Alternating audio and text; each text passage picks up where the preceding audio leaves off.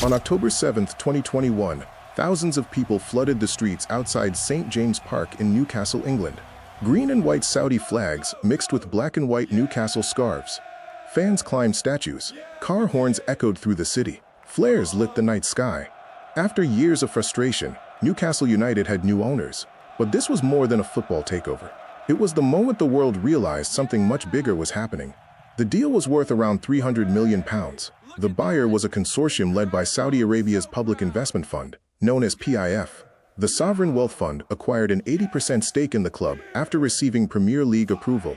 Yasser Al-Rumayyan, governor of PIF, became chairman of Newcastle United. The acquisition immediately transformed Newcastle into one of the wealthiest clubs in world football. To many fans, it looked like a football story. To others, it looked like a geopolitical story. And that raises the question that still divides football today. Did Saudi Arabia simply invest in football? Or did it begin buying influence over the world's most popular sport? To answer that question, we need to go back several years before those celebrations in Newcastle. In April 2016, Saudi Arabia unveiled a national transformation strategy known as Vision 2030. The plan aimed to reduce the country's dependence on oil revenue and expand sectors such as tourism, entertainment, technology, and sports. At the center of that strategy was the Public Investment Fund. For decades, Saudi Arabia had been known primarily as an energy giant, but the country's leadership wanted something different. They wanted international investment. They wanted global tourism. They wanted a larger presence in industries that shaped culture and attention. And few industries command attention like football. Football reaches every continent. It crosses language barriers. It generates billions in broadcasting revenue. The FIFA World Cup is one of the most watched events on earth. The English Premier League attracts audiences from New York to Nairobi. For Saudi Arabia, football offered something money alone could not buy: visibility. But what happened next was not an accident. The timing was not a coincidence. By the late 2010s, Saudi Arabia had begun investing heavily in sports. Formula One arrived in Jeddah. Major boxing events were hosted in Riyadh. International golf investments followed. Yet football remained the ultimate prize. Owning a football club does something unique. It places a country into weekly conversations across television, social media, newspapers, and sports networks around the world. Then came Newcastle United. The takeover process was long and controversial. Initial efforts faced regulatory challenges. The deal stalled for more than a year before finally receiving approval in October 2021. Once completed, the message was impossible to ignore. Saudi Arabia was no longer merely sponsoring events. It now owned one of England's most historic football clubs. But Newcastle was only the beginning.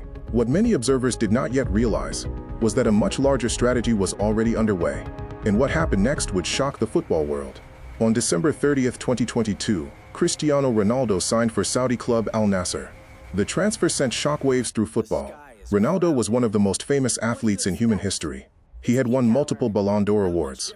He had played for Manchester United, Real Madrid, and Juventus. His arrival instantly brought global attention to the Saudi Pro League.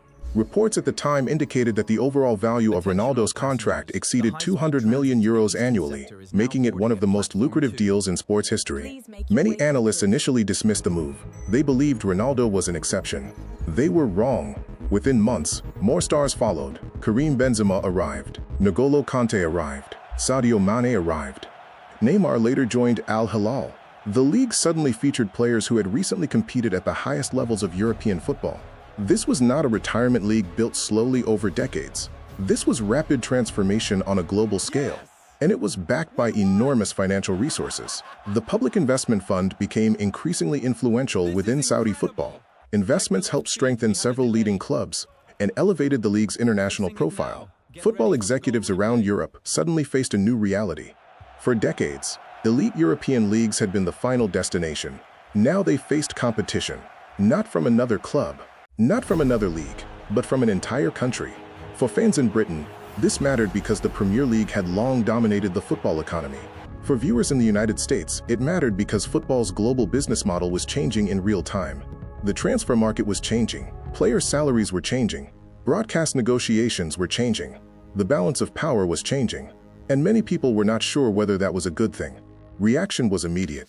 Supporters of Saudi investment argued that football had always been shaped by wealth. They pointed to billionaire owners, corporate sponsorships, and state-backed investments elsewhere in the sport. Critics raised different concerns. Human rights organizations question Saudi Arabia's growing presence in international sports. Some commentators describe the strategy as sports washing, a term used by critics who argue that countries use major sporting investments to improve their international image. Saudi officials have rejected that characterization and instead present sports investments as part of economic diversification and modernization efforts. The debate became impossible to avoid. Every transfer sparked arguments. Every sponsorship deal generated headlines. Every Saudi football announcement triggered discussion. But while critics and supporters argued, the strategy continued moving forward. And then came perhaps the biggest objective of all: the World Cup. Hosting the FIFA World Cup represents more than a sporting event. It is a statement of global influence. It brings infrastructure investment. It attracts tourism. It generates international attention for years before the first match even begins.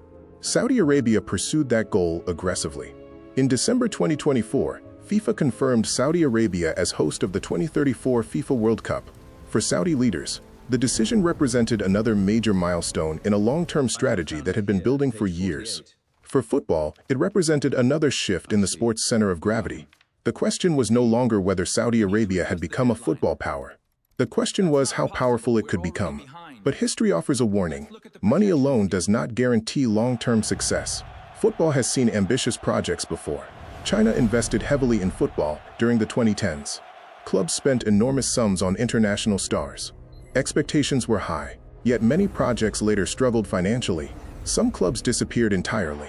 That precedent matters, because football is filled with examples of rapid growth followed by painful corrections.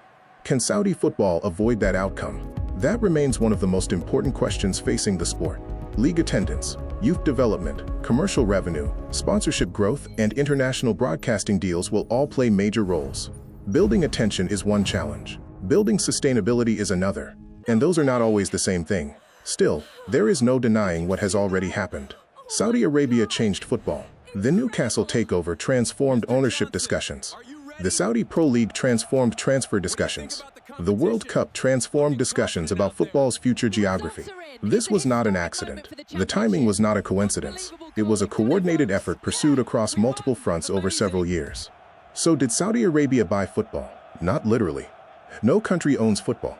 The game remains too large, too global, and too deeply rooted in communities around the world. But Saudi Arabia did purchase something incredibly valuable: attention, influence, access, and a seat at football's most powerful table. The winners are easy to identify. Players received unprecedented contracts. Saudi clubs gained global visibility. The country strengthened its position within international sport. The picture is more complicated for everyone else. Traditional football powers now face new competition.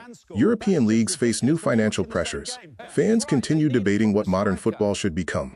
And perhaps that is the real story. This is not simply about Saudi Arabia. It is about the future of football itself.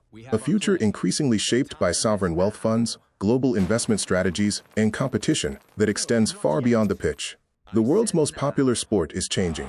The only question is who will shape the next chapter. Will Saudi Arabia's football revolution strengthen the global game, or will it fundamentally change football forever? Let us know in the comments what you think. And in the meantime, thank you very much for watching.